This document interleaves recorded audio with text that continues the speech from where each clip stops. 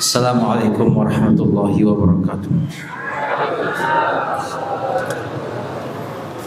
Alhamdulillahirabbil alamin wal aqibatu lil muttaqin wala udwana illa 'alal zalimin. Asyhadu an la ilaha illallah wahdahu la syarika lah wa asyhadu anna Muhammadan 'abduhu wa rasuluh sallallahu alaihi wa ala alihi wa sahbihi wa sallama tasliman katsiran amma ba'du.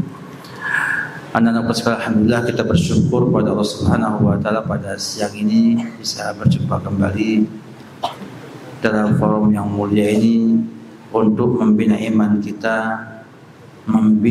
iman kita, meneruskan ibadah kita, dan untuk berkumpul bersama saudara seiman, seislam yang merupakan bagian yang sangat diperhatikan oleh Islam.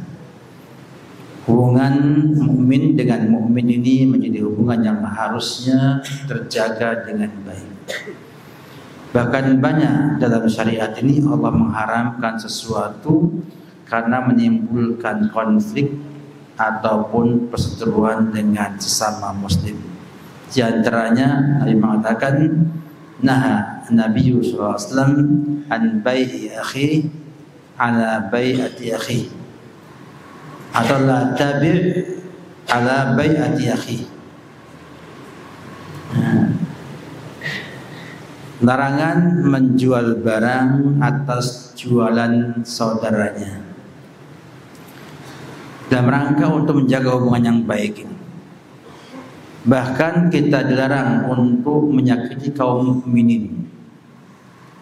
Allah berfirman, walladzina yu'dzunal mu'minina wal mu'minati bighairi maktasabu faqad ihtamalu buhtanan wa itsman mubina. Dan orang-orang yang menyakiti mukminin dan mukminat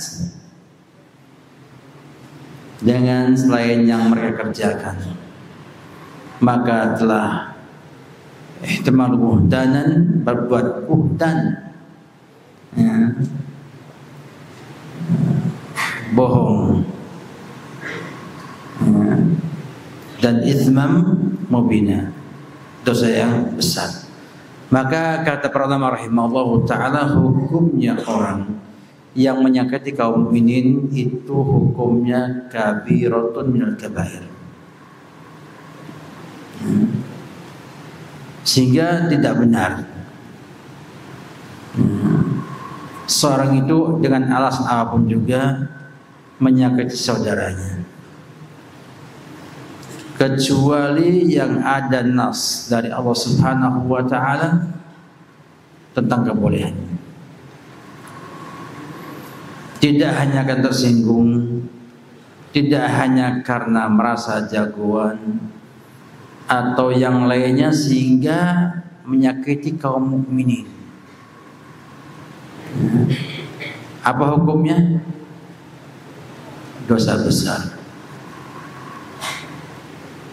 Kata innal ladzina yu'dzunal mu'minina wal mu'minati bighairi maktasabu faqad ihtamalu buhtanan wa itsman mubina. Dosa apa? Yang besar, yang jelas. Bahkan Nabi kita melarang seorang itu bila bertiga, duanya tanah jauh. Yang duanya apa? Tanah jauh. Apa jauh? Bisik-bisik. Kenapa? Karena akan menyakiti hati saudara yang ketiga tersebut. Bayangkan kalau Nabi kita Muhammad SAW itu sampai melarang kita untuk bisik-bisik kalau ada orang ketiga tanpa izin dari yang ketiga tersebut. Bagaimana dengan memukul, meludahi, kemudian mencaci maki, kemudian membuli? Apa hukumnya? Dosa besar. Maka dalam rahimahullah bahwasanya menyakiti mukmin itu hukumnya kabiratun minal kabair. Nabi juga mengatakan dalam hadis yang lainnya, al-muslimu man salimal muslimuna min lisanihi wa yadihi. Orang muslim itu adalah orang yang kaum muslimin selamat dari lisannya dan tangannya. Mengancam itu apa hukumnya? Dosa besar. Dosa. Bahkan dalam hukum negara itu ada hukumannya. Kenapa? Karena dia akan memberikan rasa takut pada kaum mukminin.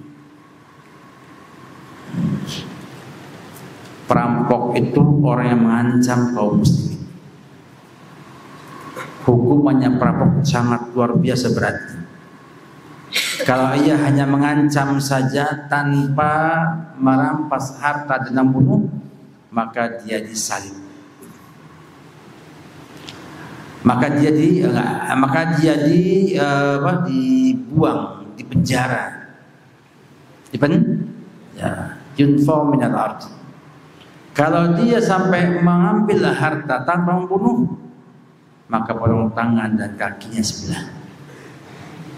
Tangannya sebelah, kakinya sebelah. Kalau ia membunuh, maka dia dikisos, dibunuh dan disalib. Semua yang menyakiti kaum mukminin itu dosa besar. Juga antum membuli saudara antum sama mukmin itu juga apa? Dosa. Ya, al-muslimu man salimal muslimuna min lisanihi wa yadihi. Dan bully dengan dua, dengan lisan dan apa? Dengan tangan. Menghina saudaranya, walaupun hanya main-main, itu Nabi larang. Nabi tahu itu akan memberikan dampak enggak baik pada kejiwaan saudaranya, sehingga saudaranya enggak sejahtera dalam psikologinya, dalam psikisnya kan tidak sejahtera. Oleh karena itu Islam melarang itu semuanya. Dan saya berharap di pondok enggak ada. Nah, bila ada,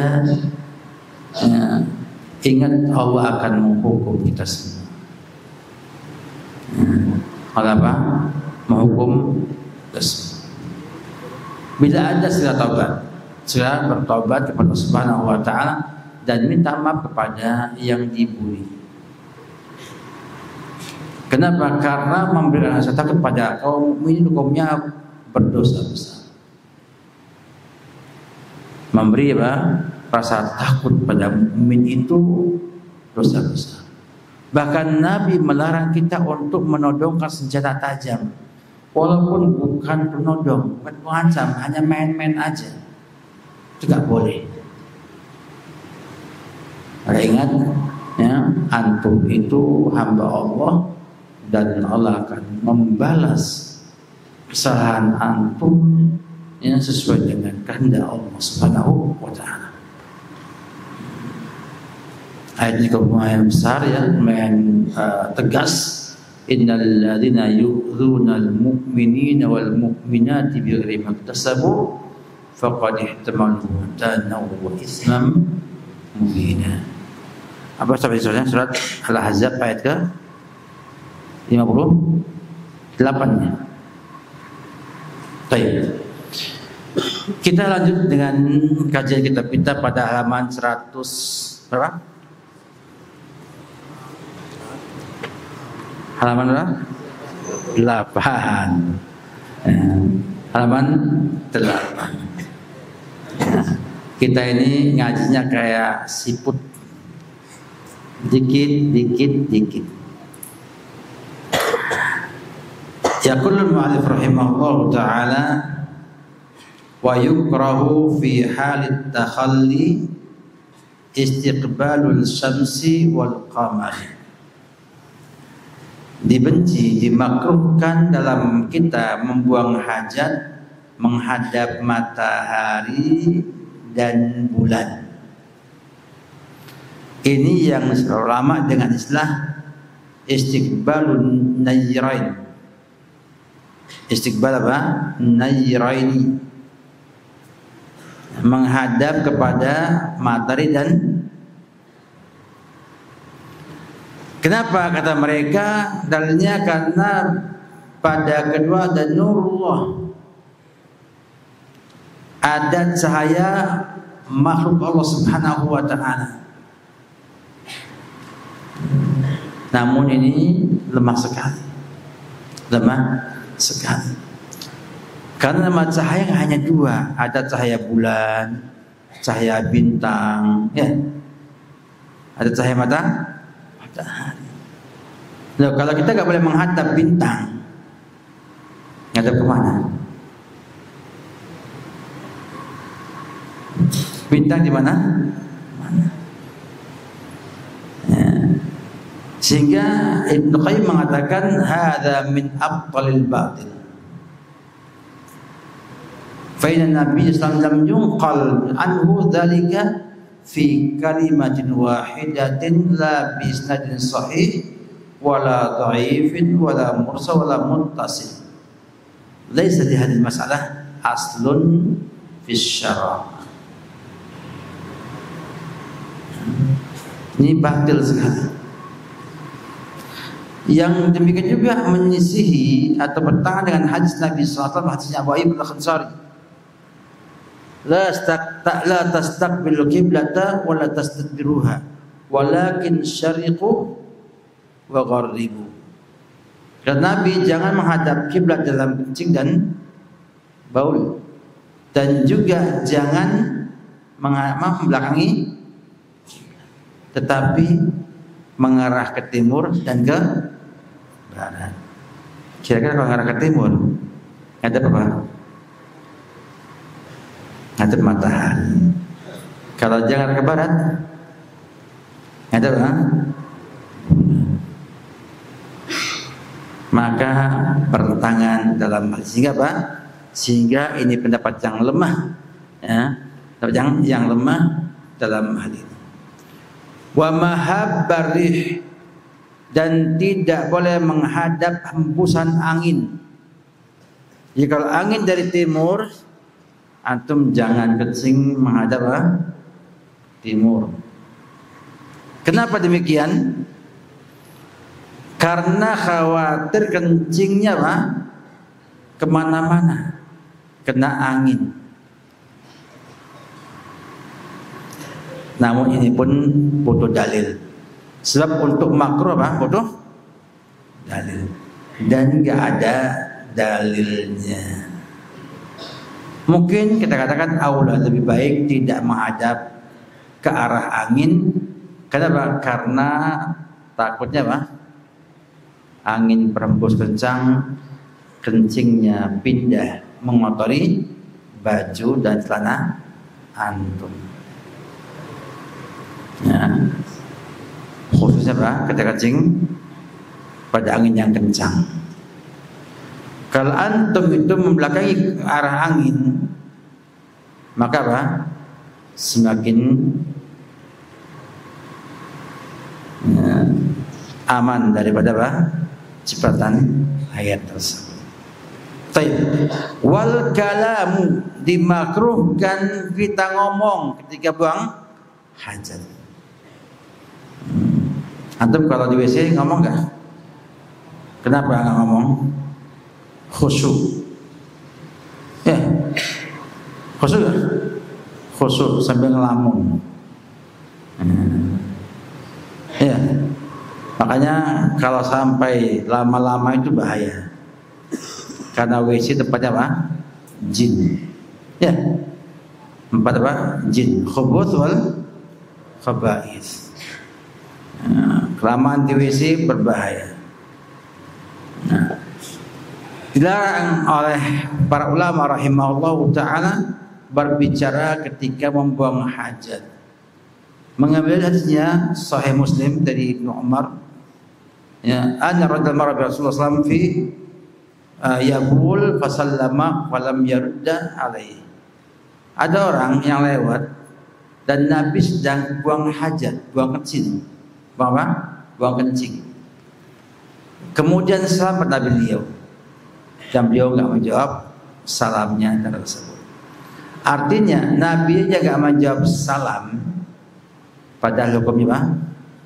Wajib ya.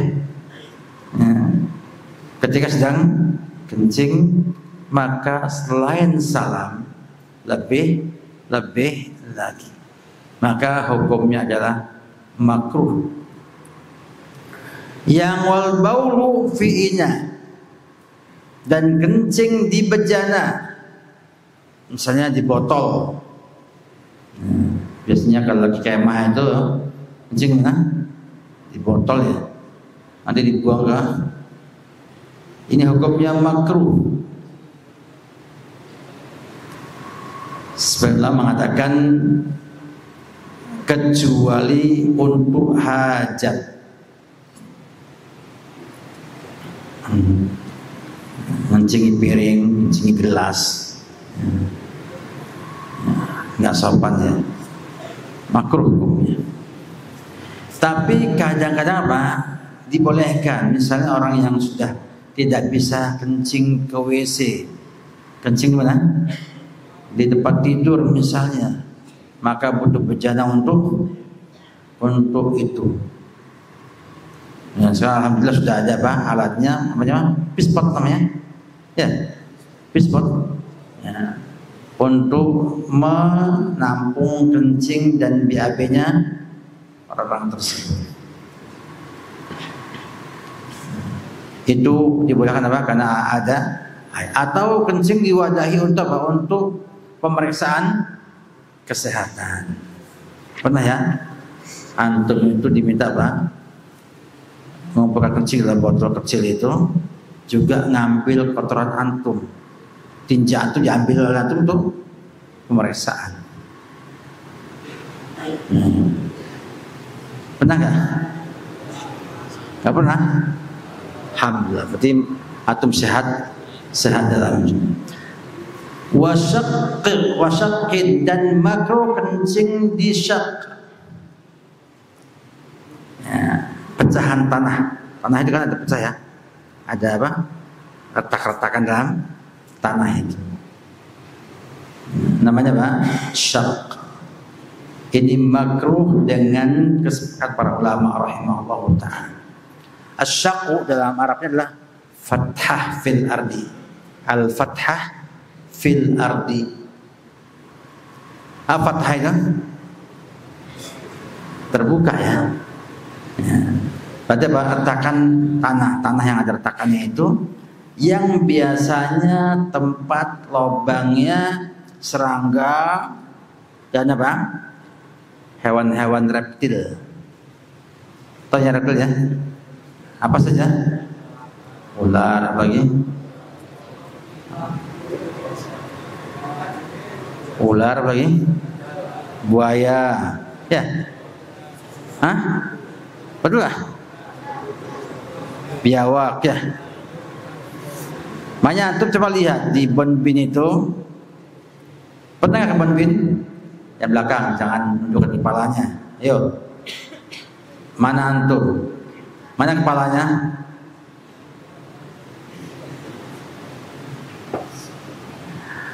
Di depan saya persis sebelum peci hitam, depannya itu bangunkan,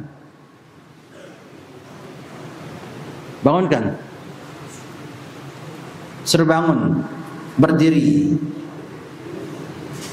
Nah, bangun, berdiri. Ya, yang antum bangunkan tadi tolong berdiri. 1, bukan belakangnya.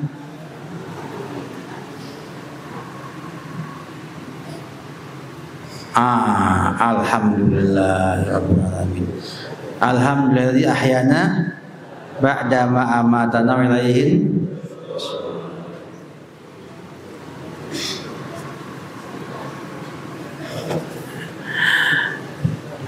Ada yang mengatakan bahwa itu lubangnya jin, tempat tinggalnya jin.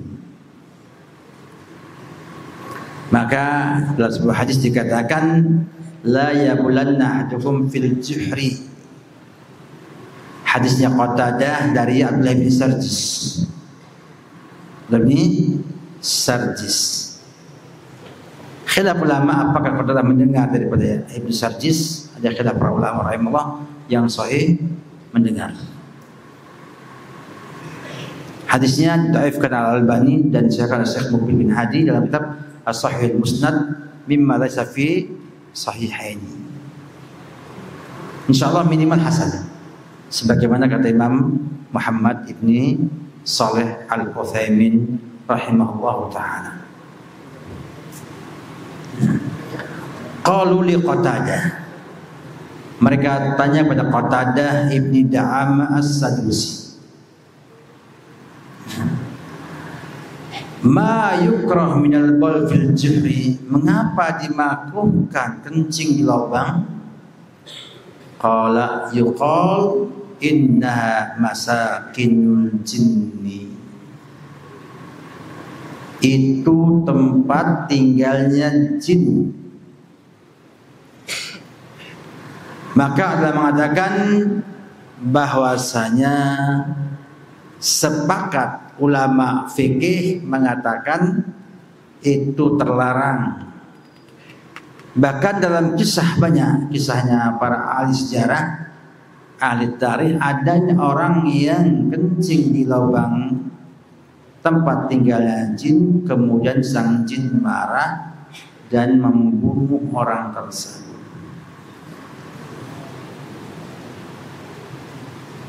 Itu masyhur dalam buku sejarah.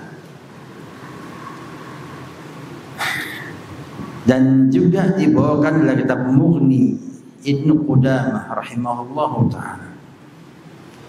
Jadi jangan sampai kencing di lubang.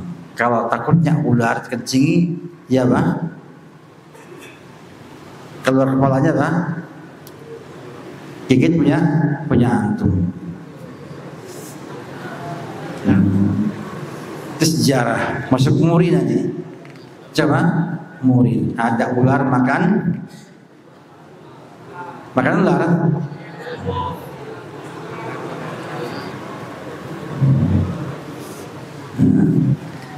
Ada yang mengatakan banyak dengan lubang WC yang kita punya itu kan lubang juga. Antum di WC pakai lubang nggak? Apa hukumnya? Gak boleh lubang, banyak jin. Tuan cik kena jin. Boleh. Kenapa? Karena memang sengaja dibuat untuk itu. Artinya kalau jinnya ke situ salah sendiri. Salah sendiri. Karena itu kita yang buat, bukan jin yang. Jadi itu. Demikian juga wanarin waramatin. Dan apa, kencing di api.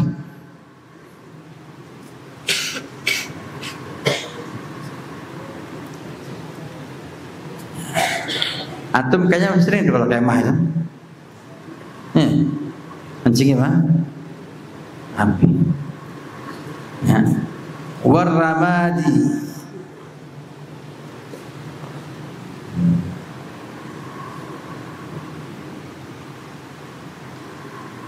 Ada yang mengatakan karena akan menimbulkan penyakit, tapi nggak benar.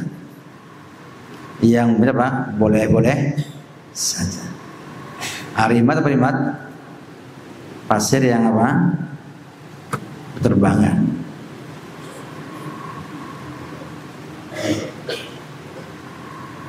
Boleh. Bukan apa? Bukan tidak boleh. Sehingga dan demikian, apa yang makruh tadi? Syakin sama lubang ya, apalagi ngomong ketika apa? Diina, bejana, sama apa? Ada 4, ya. Ada 4 yang makruh betul, yang 2 apa? Marjuh, tidak. Taib. Wala yukrahul baulu qa'iman, dan tidaklah dimakruhkan kencing berdiri. Ya. Sebagai dalam hadis sahih ini dari Hudzaifah bin Yaman, atan Nabi sallallahu alaihi wasallam subadat qaumin fabala qa'iman. Nabi itu datang ke Subatah, tempat bekas bangunan. Jadi namanya tempat ya, pembuangan bekas-bekas bangunan. Ada apa, potongan bata, potongan macam-macam di sana. Dan Nabi kencing berdiri.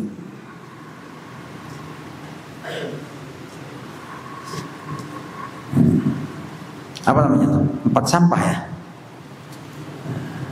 Tapi bukan sampah yang bau, bukan sampah-sampahnya misalnya apa? Basah-basah, sampah kering. Misalnya buangan bekas hancuran tanah, rumah, ya, batu-batu yang nggak dipakai lagi, ya. Namanya apa? Namanya subatah.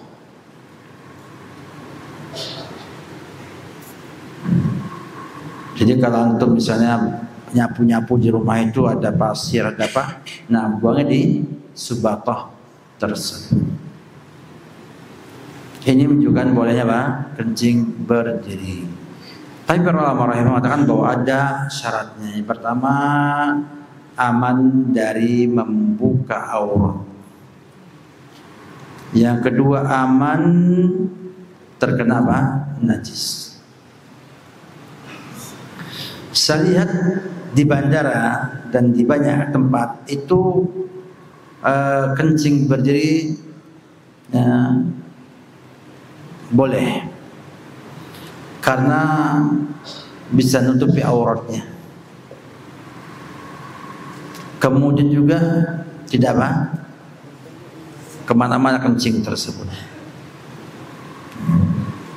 Dan mau cebok dengan apa? 3 pencet airnya bisa tercebok dan apa? Untuk sekalian buang kencingnya terus.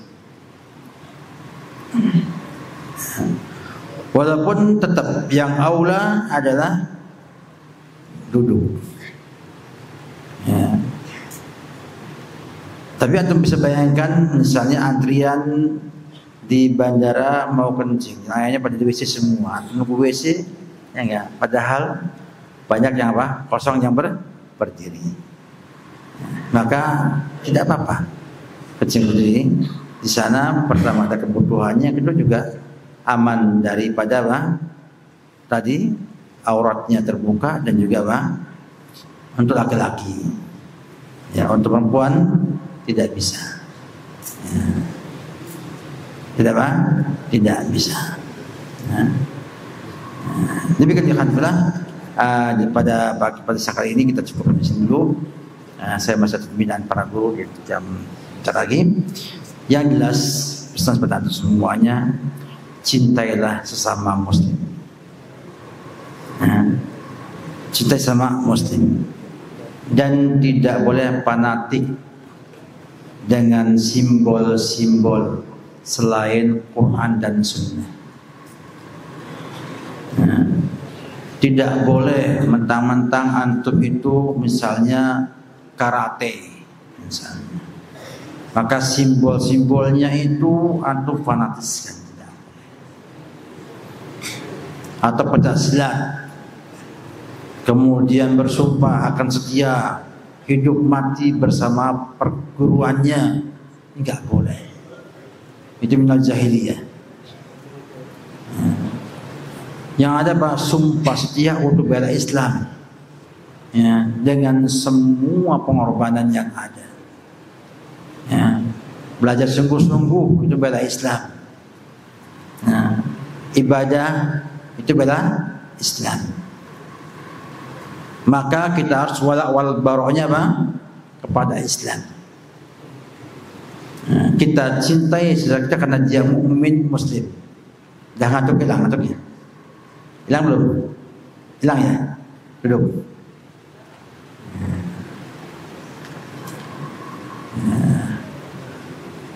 Antum bergaul, antum tidak menyakitinya karena dia itu muslim. Karena manusia gak ada yang kuat. Bila Allah kehendaki antum sakit, antum sudah six-pack pun sakit gak? Sakit juga. Mau antum itu sudah badannya kayak binyarangka, semuanya otot, nggak ada dagingnya.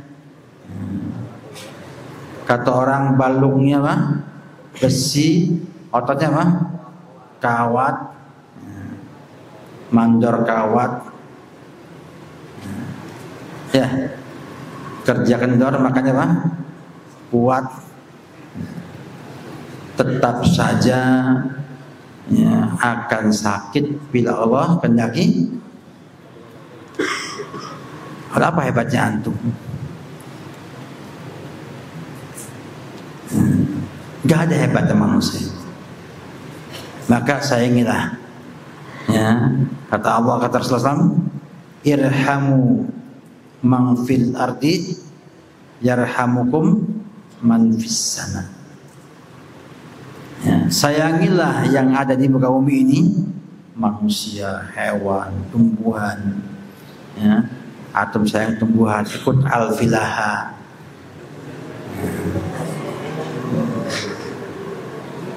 Saya sama tumbuhan. Nanti kalau nanam cabai, panen cabai, dimakan semua cabainya. Maksudnya sama-sama semuanya. Kalau antum cinta hewan, lihat apa hewannya.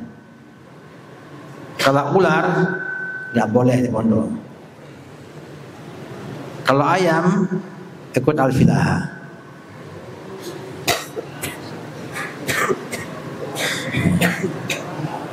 Dan tampaknya antum perlu diajari bagaimana mencintai tanaman. Nanti saya coba buat program, satu orang nanam satu pohon sampai tamat pondok. Nah, dari rumah santri baru, dari rumah bawa pohon satu, mangga atau pohon apa saja, nanti dipelihara sampai tamat. 6 tahun lamanya. Nanti setelah buah yang ngambil orang setelahnya. Saya pondok putih nanam kelengkeng coklat, kelengkeng merah ya, kelengkeng merah. Yang makan siapa? Santriwati. Nanam saya. Maka nanam pohon itu jangan mikir hasilnya, tanamlah. Niatnya apa? Mengharap pahala Allah. Nanti Allah kasih pahala antum. Pada antum semuanya mungkin akan Allah berikan pohon di surga nanti. Ya. Demikian dulu. Ingat ya, al muslimu man salimal muslimuna min lisanihi wa yadihi.